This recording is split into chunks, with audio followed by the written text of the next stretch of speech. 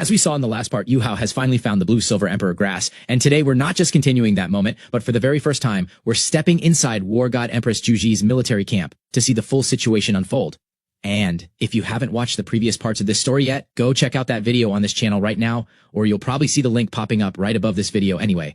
So without wasting any more time, let's dive straight in, picking up exactly where we left off. Wang Chuer's voice keeps speaking softly. She tells him how happy it makes her, knowing that for the very first time, he's actually feeling her love. And then she gently explains to him that whether it was Donger or Tang Wutong, the real love was always hers, and hers alone.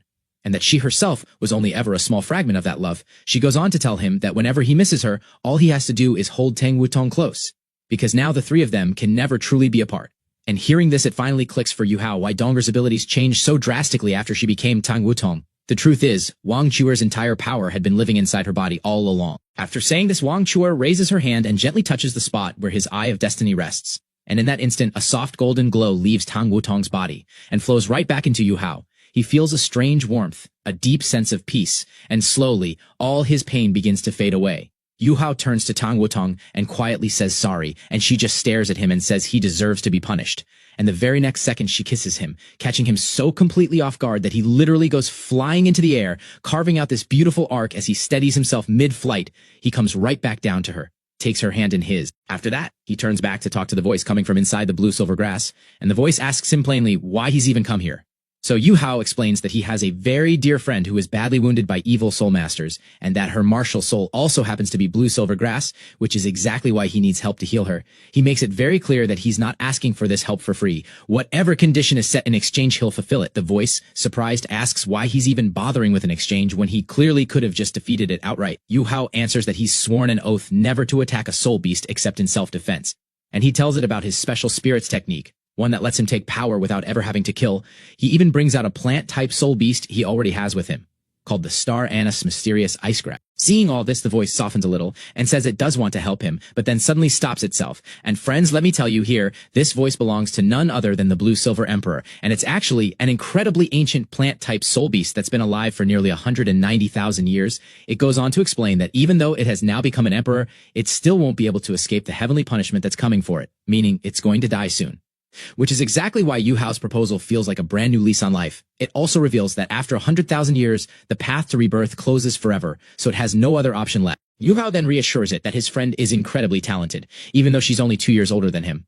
She already has 8 soul rings, and if the Blue Silver Emperor gives her a 9th ring, she could become one of the most powerful people in the entire world. Hearing this, the Blue Silver Emperor happily agrees, and the entire valley of blue silver grass starts trembling with excitement. All those blue vines slowly weaving together to form a human-like shape, which walks over to Yu Hao and decides to join him on his journey. As they talk further, Yu Hao learns that the Blue Silver Emperor actually knew a very old elder of his. And friends, let me tell you, that elder was none other than Tang San's mother, who herself carried royal blood and an incredibly pure lineage. The Blue Silver Emperor then shares that it had baptized itself 3 times under heavenly lightning to gain its power, which is exactly why it addresses her with deep respect, calling her Your Majesty. And when it learns that the friend Yu Hao is talking about is actually the sect leader of the Tang sect and a direct descendant of Tang San himself, it becomes overjoyed and says its decision was absolutely the right one. After this, Yu Hao takes Tang Wutong's hand in one of his and the Blue Silver Emperor's in the other and takes off into the sky. And friends, let me tell you, at this point in time, the Sun Moon Empire had pulled back all of its defenses to focus purely on Radiant City, leaving no active surveillance in any of the outer cities, so they don't run into any trouble along the way. And flying at incredible speed, they easily cross the border of the Star Luo Empire and head straight for Shrek City. After that, the scene shifts to a completely different location.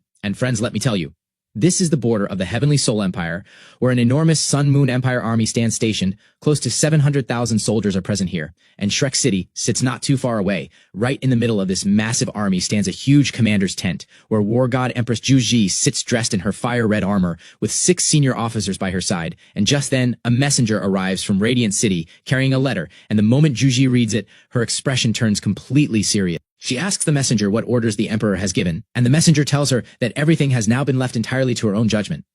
Juji then lays out the full situation to all the officers, how Radiant City was attacked, how the palace was damaged, and how Elder Kong suspects the enemies might possess not just concealment abilities, but spatial abilities as well. The moment they hear this, all the officers are stunned. Because for any army, the worst fear of all is instability creeping in behind their own lines. One of the elders immediately says this information must not leak outside, and everyone agrees without hesitation. And friends, here's the most important part. That letter clearly had one name written on it, and that name was Yu Hao. The moment Juji reads that name, something stirs deep inside her, though not a trace of it shows on her face. After that, all the elders try to convince her that this isn't the time to hold back. This is exactly the right moment to push forward and attack, because their army has been resting for 10 full days and is completely ready. And friends, let me tell you, one of these elders is called Elder Su, a man known for his short temper. And he even goes as far as saying that anyone who dares question Juji's decision will have their entire family wiped out. Hearing this, everyone else simply nods in silence. After that, Juji thanks them all and sends them out of the tent, leaving herself alone. And here the hardness on her face softens just a little as she walks over to a sand model and starts thinking through her next strategy. And friends, let me tell you, she had 3 options in front of her. Either attack Shrek City directly, or target the Star Luo Empire, or push toward the Du Ling Empire. And she had already spread her army across the border in such a way that both empires were already under massive pressure, with neither one daring to confront her head-on. And then, alone with her thoughts, Juji smiles quietly, saying Yu Hao's name to herself, and admits that if all of this really did happen because of him, she wouldn't be surprised at all. And deep down, she also thinks that no matter what Zhu Tianren says, he will never truly give her complete freedom. And finally, in her heart, she says that this entire situation exists because of Yu Hao. And that is exactly why she's waiting to meet him again. Even if that meeting ends up happening on the battlefield itself. 2 hours later, orders spread through the entire army, calling all officers to the commander's tent. And this time the mood turns even more serious, because sitting right beside Juji is the vice leader of the Holy Ghost Church, Feng Ling. And standing before her with deep respect is none other than the actual leader of the Holy Ghost Church, Zhong Li Wu. Meaning the front line now holds not just the army, but the biggest powers of the entire Sun Moon Empire. And standing below them are massive cultivators like Jing Hongqin himself. So friends, in this episode, we saw how Yu Hao began a brand new chapter with the truth about Wang Chuer, and how he brought the Blue-Silver Emperor onto his team. And on the other side, we got our very first real look into what's actually going on inside Juji's heart. Now the question is, will Juji really attack Shrek City? Or does she have something else planned entirely? And does Yu Hao even know that his name has already reached such powerful places? To find out, make sure you wait for the next episode. And if you enjoyed this video, don't forget to hit like and subscribe to the channel. See you in the next episode with a brand new story.